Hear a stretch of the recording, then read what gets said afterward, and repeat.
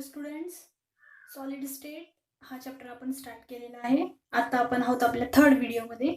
त्याच्यातला पॉईंट बघतोय आपण आता, number of particles in cubic unit cell. तर क्युबिक युनिट सेलमध्ये 3 टाईपचे बेसिक सेल आहेत, प्रिमिटिव्ह, BCC, FCC आणि फोर्थ येतो एंड सेंटर.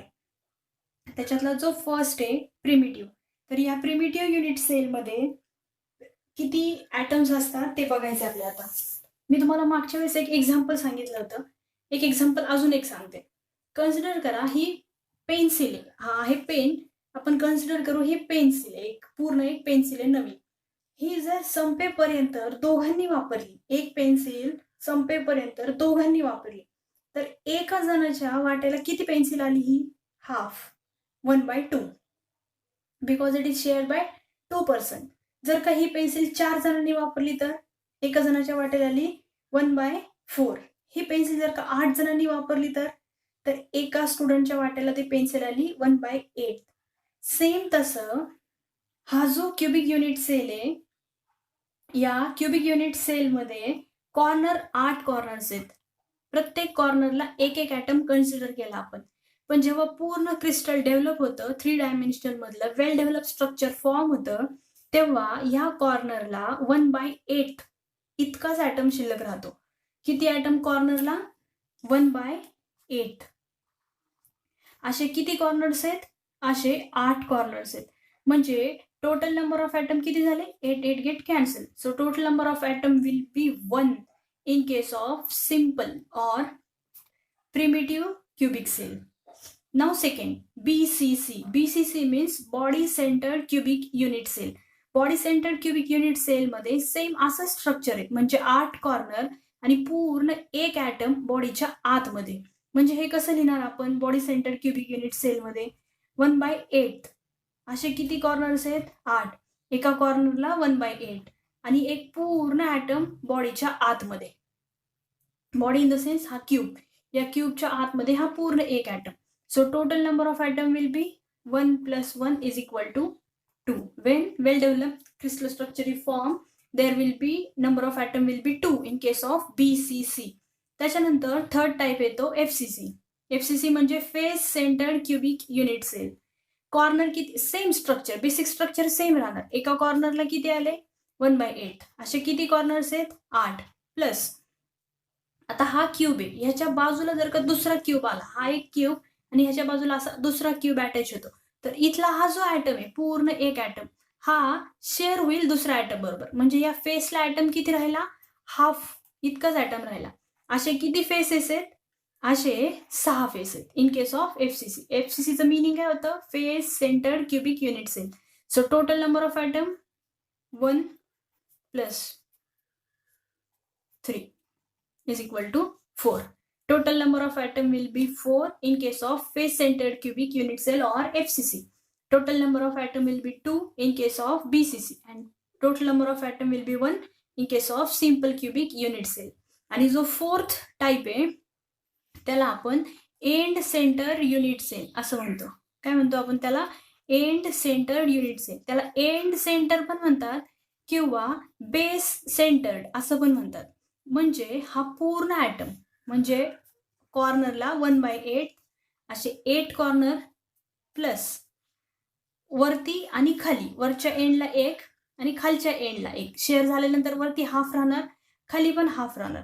म्हणजे किती झाले हे? 1/2 म्हणजे हाफ इंटू 2. 2 एंड आहेत त्याला, एक वरचा एंड एक खालचा end. So total number of atom will be 1 + 1 = 2. म्हणजे BCC आणि एंड सेंटरमध्ये नंबर ऑफ ॲटम्स सेम राहतात. इन शॉर्ट जर का आपण आतापर्यंत बघितलं मागचं आणि ह्या लेक्चरचं, तर युनिट सेलचे बेसिक टाईप 4. युनिट सेलचे types: primitive, BCC, FCC, end centre. Total type 4. Crystal सिस्टीमचे टाईप्स. क्रिस्टल सिस्टीम जो मी तुम्हाला शॉर्ट फॉर्म सांगितला होता मागच्या लेक्चरला, 7 कुठले कुठले? Cubic, orthorhombic, tetragonal, monoclinic, rhombohedral, triclinic, hexagonal, हे 7 टाईप. आणि ब्रॅव्हिस लॅटिसचे टाईप, ब्रॅव्हिस लॅटिसचे टोटल टाईप 14. इथपर्यंत आपण हे बघितलेले. क्लिअर इथपर्यंत? युनिट सेलचे type primitive, BCC, FCC, end centre, and these are the total number of atoms in case of unit cell. याच्यानंतरचा पुढचा पॉईंट येतो डेन्सिटी. याच्या नोट्स मी देते तुम्हाला, जसं मी मागच्या वेळेस सांगितलं होतं तसं. आता हा पॉईंट बघा, एक्सप्लेन करायचा आपल्याला. हा तुम्हाला फक्त वाचून देऊन कळणार नव्हता, म्हणजे मी तुम्हाला सॉल्व्ह करून दाखवलं तर ते कळणार होतं, म्हणून मी दुसरं पेज घेतलं. आता इथं बघूयात आपण. पुढचा पॉईंट आहे आपला relationship between molar mass and density of substance, unit cell, edge, length. आता ह्या सगळ्याला काहीतरी टर्मिनॉलॉजी आहेत, मग त्या कुठल्या कुठल्या आहेत त्या बघायच्यात आपल्याला आता.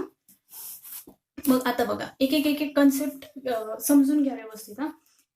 Age length.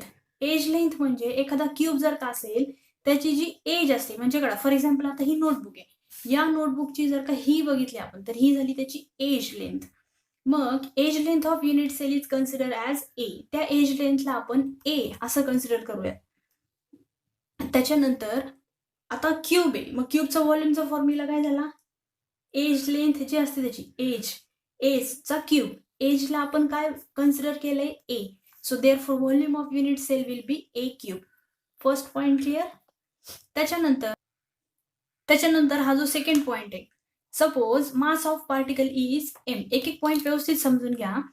And there are n particles per unit cell. Per unit आपण जे काढून दाखवलं त्याच्यामध्ये जर का एन पार्टिकल असतील आणि एकाचं मास जर का एम असेल तर टोटल मास किती झालं? पूर्ण युनिट सेलचं mass. So mass of unit cell will be m into n. दोन्ही स्मॉल वापरलंय आपण. परत एकदा समजून घ्या. क्यूब जो असतो, जो आपण आता ड्रॉ केला होता, हा जो असा क्यूब आहे, हा क्यूब, ह्याची जी एज लेंथ आहे ही झाली ए. म्हणजे या पूर्ण क्यूबचं व्हॉल्यूम काय झालं? ए क्यूब इतकं व्हॉल्यूम झालं. मास ऑफ पार्टिकल, ह्याच्यामध्ये जे पार्टिकल्स आहेत, हे जे कॉर्नरला हे जे पार्टिकल्स दाखवले, ह्याचं एकाचं मास एम असेल, असे एन पार्टिकल्स असतील तर टोटल मास किती झालं? M into n. दोन्ही पॉईंट क्लिअर? आता थर्ड पॉईंट, डेन्सिटीचा फॉर्म्युला माहिती आहे आपल्याला. Density of unit cell, density आपण रो ने दाखवतो. Density of unit cell means rho is equal to mass of unit cell upon volume of unit cell, म्हणजे mass upon volume. Density is equal to mass upon volume. मासचा formula rho is equal to m into n upon a cube. हे झालं त्याचं मास. आणि volume आपण हे calculate केलेलं ए cube. मास upon volume हा झाला रोचा फॉर्म्युला. त्याच्यानंतर मोलार मास ऑफ सबस्टन्स. आता एक कॉन्सेप्ट येते ॲव्होगॅड्रोज नंबर, त्याने आपण मोलार मास कॅल्क्युलेट करतो, बरोबर. So molar mass is equal to mass of one particle into number of particles per mole. म्हणजे हा जर फॉर्म्युला बघितला म्हणजे m into n a means Avogadro's number. Avogadro's नंबरची व्हॅल्यू किती आहे? 6.022 इंटू 10⁻23. आता हे जे इक्वेशन हे जर का रिअरेंज करून घ्यायचं म्हटलं फॉर दिस स्मॉल एम, म्हणजे हे इक्वेशन काय येईल? So m is equal to हा एन ए इंटू ए, इकडे गेल्यावर काय होईल? Divided by. So m is equal to m upon n a. M molar mass, n a Avogadro's number, m mass. Concept clear? First equation मध्ये बघितलेलं हे जे first equation ह्याच्यात बघितलेलं आपण त्याचं मास, हे व्हॉल्यूम, हे मास, त्याच्यानंतर सेकंड मध्ये डेन्सिटी आणि आता मोलार मास. मग आपल्याला एक रिलेशन बघायचं आहे. आता जर का हा जो फॉर्म्युला आहे डेन्सिटीचा, याच्यामध्ये जो एम आहे हा एम, या एमच्या जागी आपण हे इक्वेशन सबस्टिट्यूट करू. हे जे इक्वेशन आहे हे, म्हणजे हा जो फॉर्म्युला आहे हा आपण इथं सबस्टिट्यूट करू. म्हणजे काय होईल हे equation? Rho is equal to या एमच्या ऐवजी आपण टाकायचं capital m upon n a, म्हणजे m into n upon n a into a cube. म्हणजे तो फॉर्म्युला हा असा असणार, बरोबर. Rho is equal to m into n a into n upon n a into a cube. M म्हणजे molar mass, n म्हणजे number of particles per unit cell, जे मी तुम्हाला आता कॅल्क्युलेट करून दाखवलं. N a Avogadro's number, a cube म्हणजे volume, जे आपण एज लेंथ वरून कॅल्क्युलेट करतो. मग ह्या सगळ्याचं मिनिंग कसं लिहिलंय बघा. Where rho is equal to density of unit cell, त्याच्यानंतर हा M molar mass which is in gram per mole, त्याच्यानंतर N number of particles or number of atoms per unit cell, number of ions पण म्हणू शकतो आपण, number of molecules पण म्हणू शकतो, number of particle, number of atom. For आता हे न्यूमरिकल मध्ये जर का असेल फॉर सिम्पल तर आपण एन किती घेणार? 1. बीसीसी साठी एन किती असेल? 2. जे मी तुम्हाला आता कॅल्क्युलेट करून दाखवलं ते हे नंबर्स आहेत. फॉर FCC साठी एन किती असेल 4. NA मीन्स ॲव्होगॅड्रोज नंबर, तो आपल्याला माहिती आहे 6.022 इंटू 10⁻23. आणि ए म्हणजे edge length which should be in centimetre. जर न्यूमरिकलमध्ये दिली असेल आपल्याला पिकोमीटरमध्ये, ती आपण कन्वर्ट करून घ्यायची आहे सेंटीमीटरमध्ये. इथपर्यंत क्लिअर.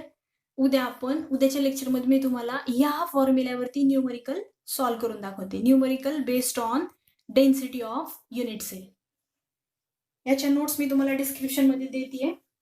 काही डाऊट असेल तर मला कमेंट सेक्शनमध्ये विचारा. व्हिडिओ जर आवडला तर लाईक करा. थँक्यू.